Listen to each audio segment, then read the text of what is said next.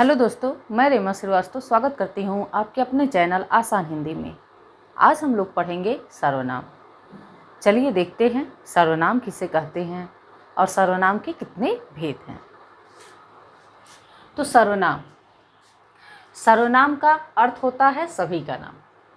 सर्वनाम का अर्थ होता है सभी का नाम। सर्वनाम शब्द दो शब्दों के योग से बना है। सर्वनाम शब्द जो है वह दो शब्दों के योग से बना है, सर्व प्लस नाम।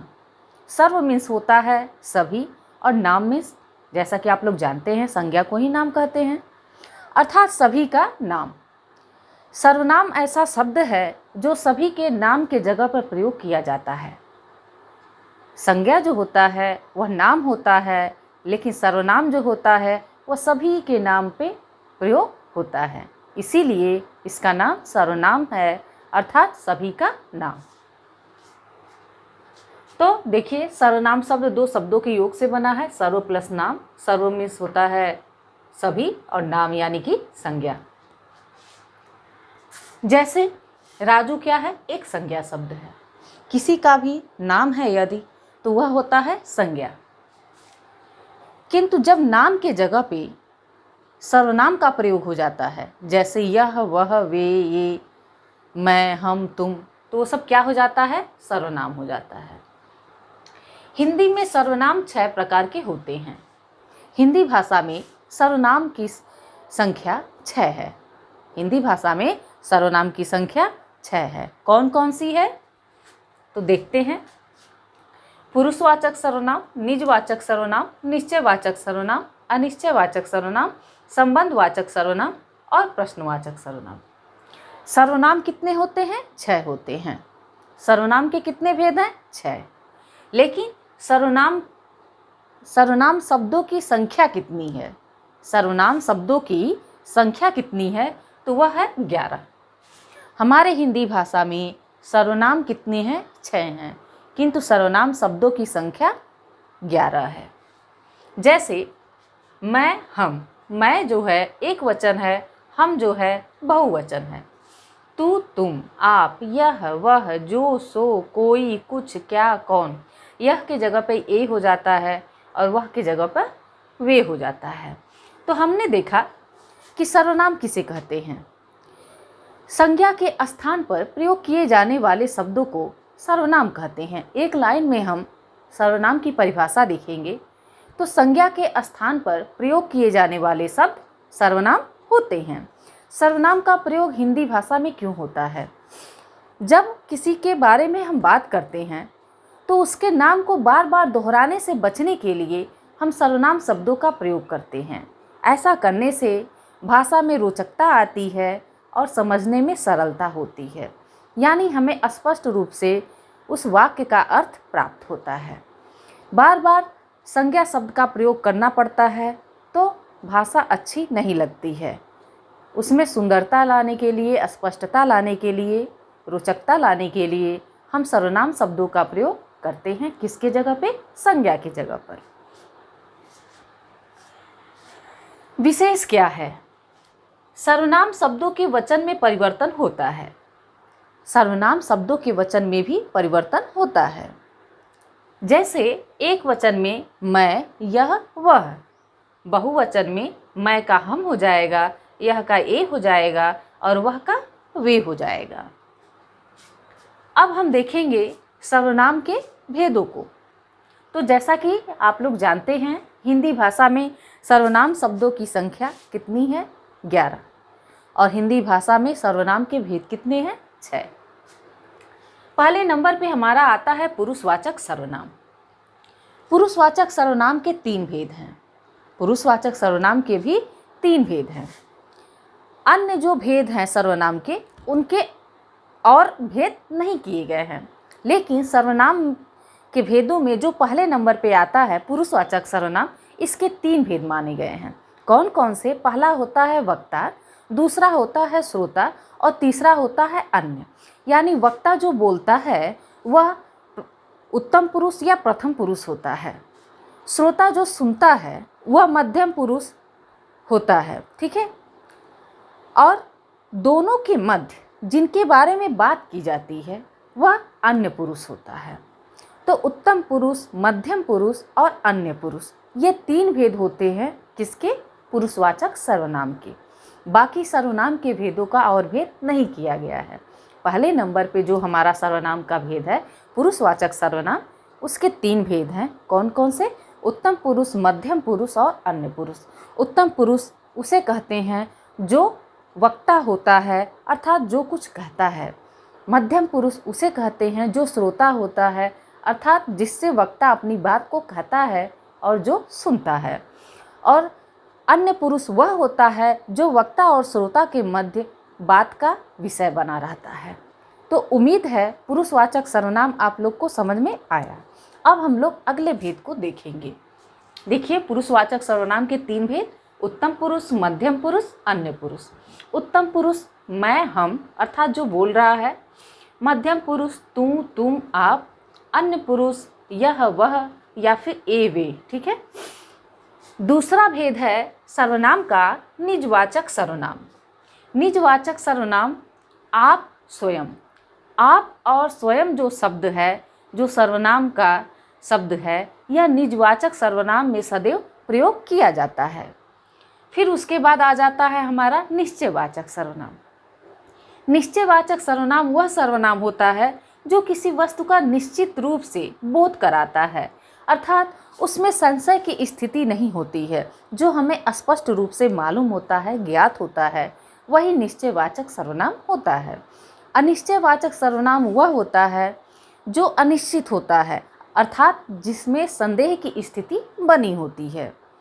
जैसे मेरे हाथ में ये मार्कर है, तो यह निश्चित है कि यह एक मार्कर है, तो इसमें संदेह की स्थिति नहीं है, तो यह क्या है? निश्चयवाचक सर्वनाम है। यह एक बोर्ड है, यह निश्चयवाचक सर्वनाम है, क्योंकि यह हमें स्पष्ट रूप से मालूम है, इसमें संदेह की, संशय की स्थिति बिल्कुल भी नहीं है। लेकिन यदि हम घर के अंदर बैठे हैं और दरवाजे पे कोई बेल बजाता है, तो हमें यह संदेह रहता है कि दरवाजे पे कोई भी हो सकता है। तो ऐसी स्थिति में कौन सा सर्वनाम होता है? अनिश्चयवाचक सर्वनाम होता है। तो यह वह जो है वह निश्चयवाचक सर्वनाम है। और अनिश्चयवाचक सर्वनाम कोई कुछ, अर्थात कि दरवाजे पर कोई आया है, संदेह बना है।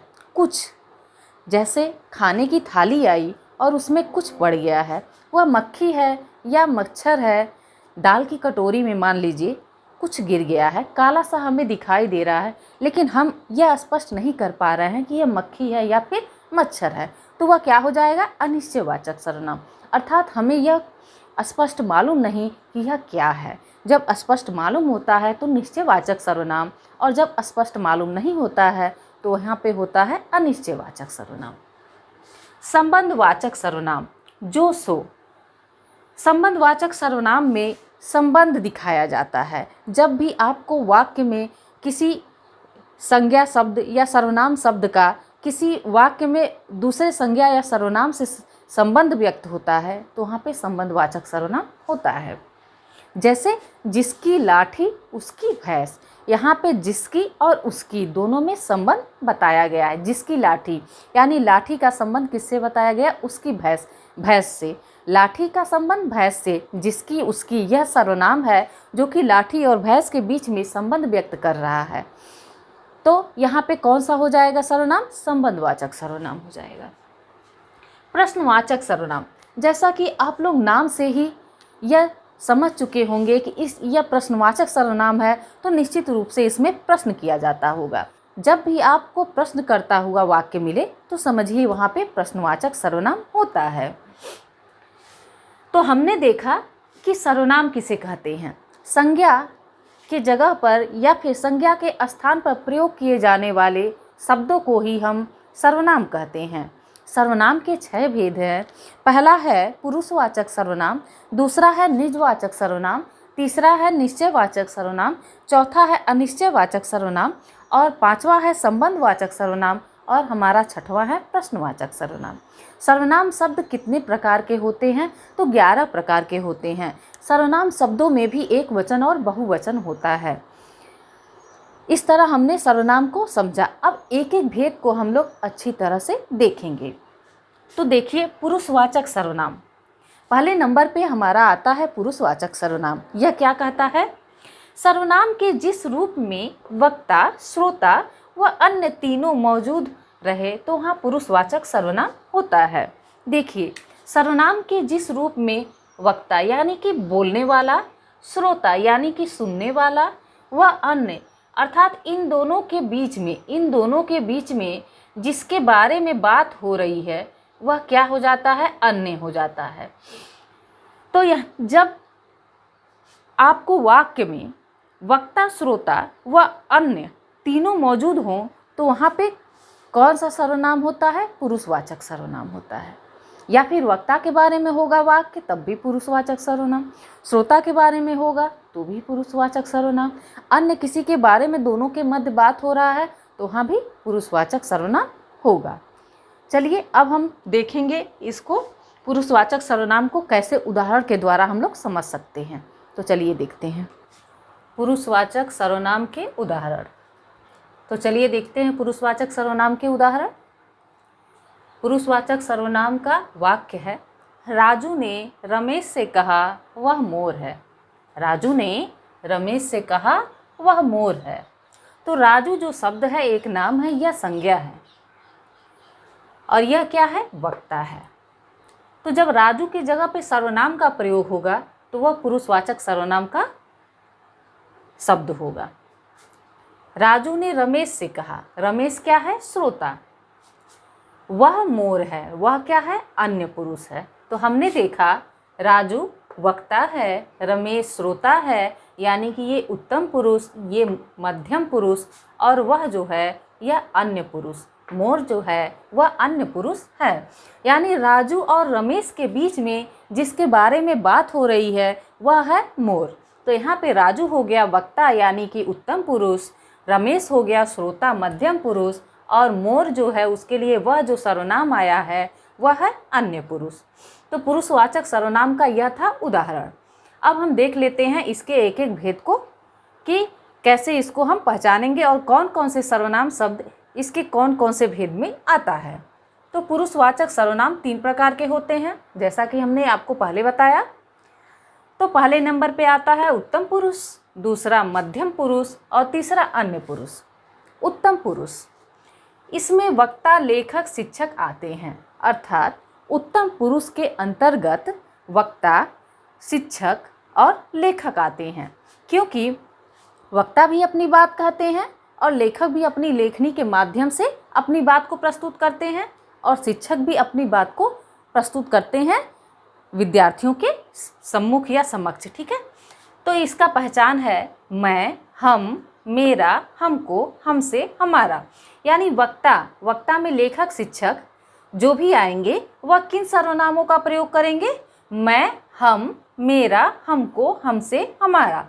यानी इतने जो सारे आपके सर्वनाम शब्द हैं इनका प्रयोग सदैव उत्तम पुरुष में होता है। और उत्तम पुरुष किसका भेद है? पुरुषवाचक सर्वनाम का। देखिए मध्यम पुरुष, इसमें श्रोता, पाठक, शिक्षार्थी आते हैं। मध्यम पुरुष के अंतर्गत श्रोता आते हैं अर्थात सुनने वाले, पाठक आते हैं अर्थात पढ़ने वाले और शिक्षार्थी आते हैं अर्थात शिक्षा लेने वाले। हमने इसमें देखा था वक्ता को, तो वक्ता जो बोलेगा श्रोता उसको सुनेगा, उसके बाद लेखक जो लिखेगा पाठक उसे पढ़ेगा, शिक्षक जो पढ़ाएगा शिक्षार्थी उसे पढ़ेगा। और इन सब के लिए किन सर्वनाम शब्दों का प्रयोग होता है? तो तू, तुम, आप, तुमने, तुमको, तुमसे, आपकी, आप वाली। अर्थात मध्यम पुरुष के अंतर्गत श्रोता, पाठक, शिक्षार्थी आते हैं और इनके लिए सदैव सर्वनाम शब्दों का प्रयोग होता है तू, तुम, आप, तुमने, तुमको, तुमसे, आपकी, आप वाली। अब हम देखेंगे अन्य पुरुष। इसमें वक्ता, श्रोता के अतिरिक्त, इसमें वक्ता, श्रोता हमने देखा, पहले में वक्ता, दूसरे में श्रोता। अब हम देखेंगे इनके अतिरिक्त व्यक्ति, वस्तु आते हैं। वक्ता और श्रोता के अतिरिक्त कोई व्यक्ति आता है या फिर कोई वस्तु आती है। पहचानते कैसे हैं? यह, वह, ए, वे, इस, उस। अर्थात जब आपको अन्य पुरुष का सर्वनाम मिलेगा तो उसमें यह आएगा, वह आएगा, ए आएगा, वे आएगा, इस आएगा, उस आएगा, यानी ये सभी सर्वनाम शब्द अन्य पुरुष के हैं, जो कि एक पुरुषवाचक सर्वनाम का भेद है। ज़्यादातर विशेषण वाले वाक्य अन्य पुरुष के अंतर्गत आते हैं। अब ध्यान रखना है, इसमें विशेष है कि ज़्यादातर विशेषण वाले वाक्य अन्य पुरुष के अंतर्गत आते हैं। जब आपको विशेषण वाले वाक्य मिले तो उसमें आपको अन्य पुरुष के सर्वनाम मिलेंगे। तो उम्मीद है आप लोगों को सर्वनाम अच्छी तरह से समझ में आया होगा और हमने पुरुषवाचक सर्वनाम के तीनों भेदों को भी पढ़ लिया। अब हम लोग अगले वीडियो में निजवाचक सर्वनाम को पढ़ेंगे। तब तक के लिए धन्यवाद।